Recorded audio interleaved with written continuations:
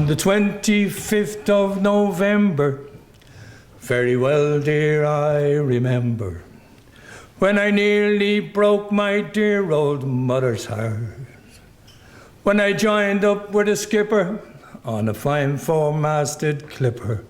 We were bound for some horrible sights to see. Oh, the wind began to blow and the ship began to roll. So I'd like to introduce the Lord Mayor, and I'd like to thank him for the great support he's given to society. It's right and fitting that it's held in the Oak Room, and I think it's right and fitting that it's held in the Mansion House, and I believe that the integrity and the dignity of your project deserves every status that it gets. But you've got together, probably didn't believe that it would take off like an express train, did, and I think you're still looking for a home. I did meet Chairman of the Port, Mr. O'Reilly, a couple of weeks ago here in the Mansion House, and I did emphasise the fact, and I think he may be here, I did emphasise the fact that you were looking for a home. Something now being created and developed by Docklands initiative, by Alan's initiative, through the Dublin Dock Workers Preservation Society. The photographs that are being gathered and the other artefacts are a very, very rich store, and it is very important that they do find a home. Any kind of working class history museum like the one in Manchester, and there should be one. I'm saying there should be one. So it should be done. It can be done. I may not live to see it, but I think it's possible because the Dockers Society is totally amazing. They take my breath away. They've gone so fast in the last 3 years. And I think this has potential to organise a systematic and properly researched project and look at the lives of men, women and children, schools in the parishes, and then completes what Mr. O'Reilly was saying, that it can be a complete story of the Docklands and the communities. I'm very glad, honoured and privileged to be invited along here this evening to be associated with what is another coup on the part of the Dublin Docks Preservation Society, which has assumed the enormously important task and is fulfilling it with such skill and panache of preserving the record of the history of the communities that were sustained by the great occupation of the Dublin Docklands. Taken by one particular paragraph. He's talking about the port in 1971. Dublin was still a large, bustling deep-sea port. The River Liffey was crowded with different types of ships from all four corners of the world. Alexandra Basin, the coal jetties, north and south walls were all thronged of a working day with a mass of people. Casual dock workers and buttonmen, stevedores, boatmen, carpenters, welders, coalmen, drivers, ship's crew and lookers-on. The list is endless. The air was usually pungent and filled with the clamour of the docks, the rattle of steam winches, clanging pipes and barrels, shunting rail wagons, ship and tugboat whistles, shouting and yelling, accompanied by the odd loud thud from the cargo hold. This piercing cry of scavenging gulls and even the occasional bellowing of cattle from the North Wall lairage. To a bystander, it must have appeared like bedlam, but those familiar with the workings of the port, it was music for the soul. But this is a poem to my father. I was with him when he died, and he was a very reticent man. It's called No Ships In, from Mick Rafferty, 1919-1998. You didn't tell me all you knew just before you threw off those shoes and brought new teeth into the argument.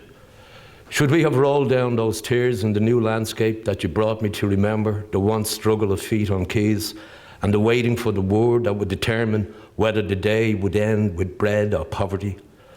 I waited for you excitedly to bring me to your secrets beyond the world's end and not come back, but you never whispered till the final bell.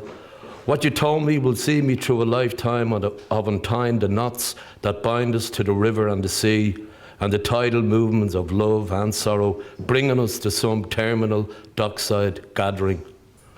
I look at you now, wasted in my arms, and you become that young man again, with hands like shovels, unloading the cargo of the world.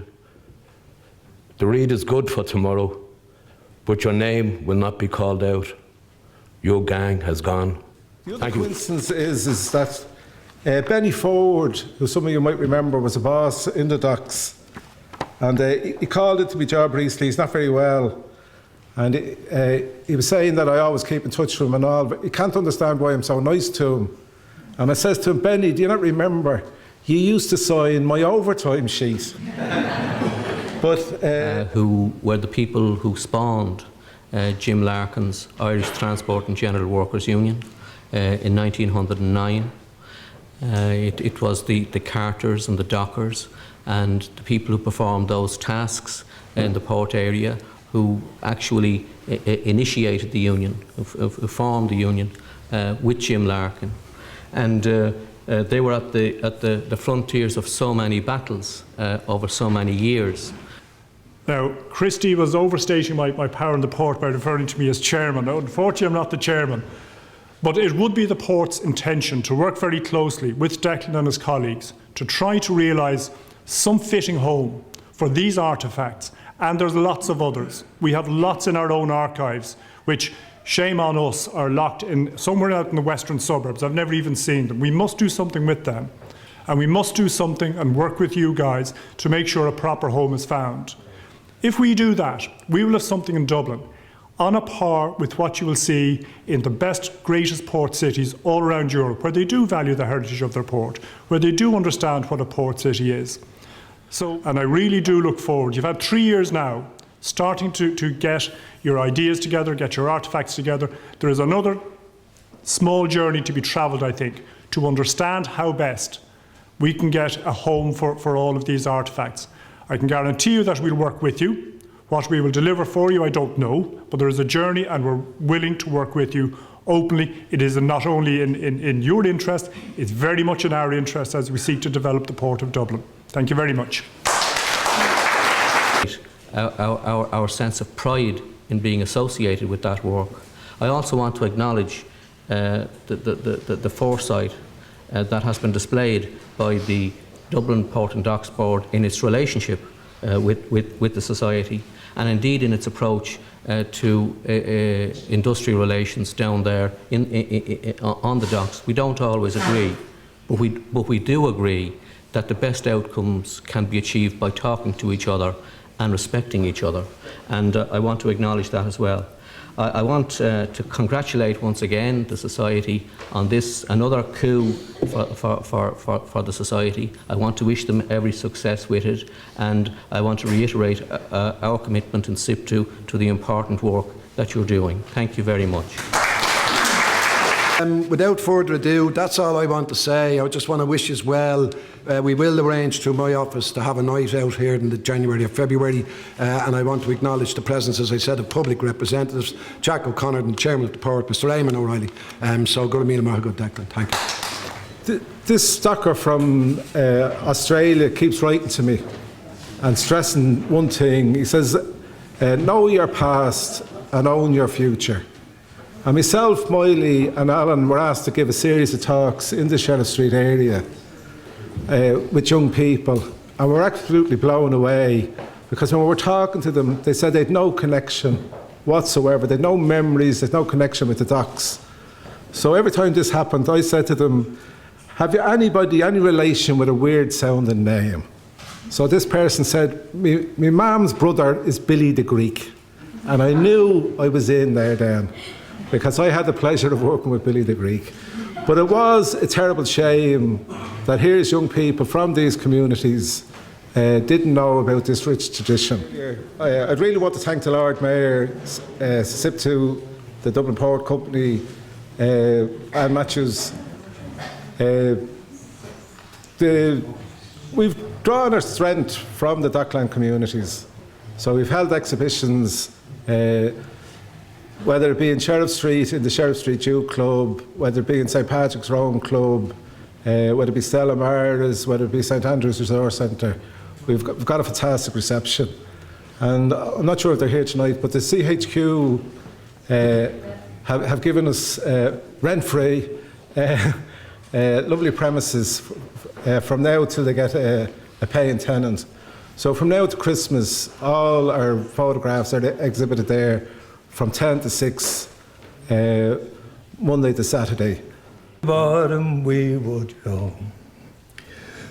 We were bound for Calcutta with a cargo of Irish butter.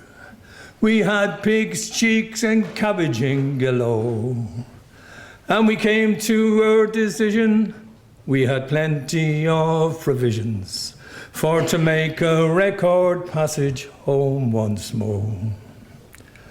Oh, the wind began to blow, and the ship began to roll, and a devil of a hurricane did blow, and it nearly knocked the stuffing out of good ship Ragamuffin, and we thought to the bottom we would go.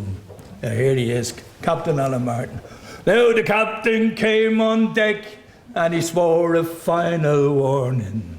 Get up, you son of a guns, put on your oilskin coats. And for 40 days we bore it. We were running right before it. And the compass said nor east nor west was she. Oh, the wind began to blow, and the ship began to roll, and a devil of a hurricane did blow, and it nearly knocked the stuffing out of good ship Ragamuffin, and we thought to the bottom we would go. Sinead. Well, I have to wind up. The read is over. None of yous were picked.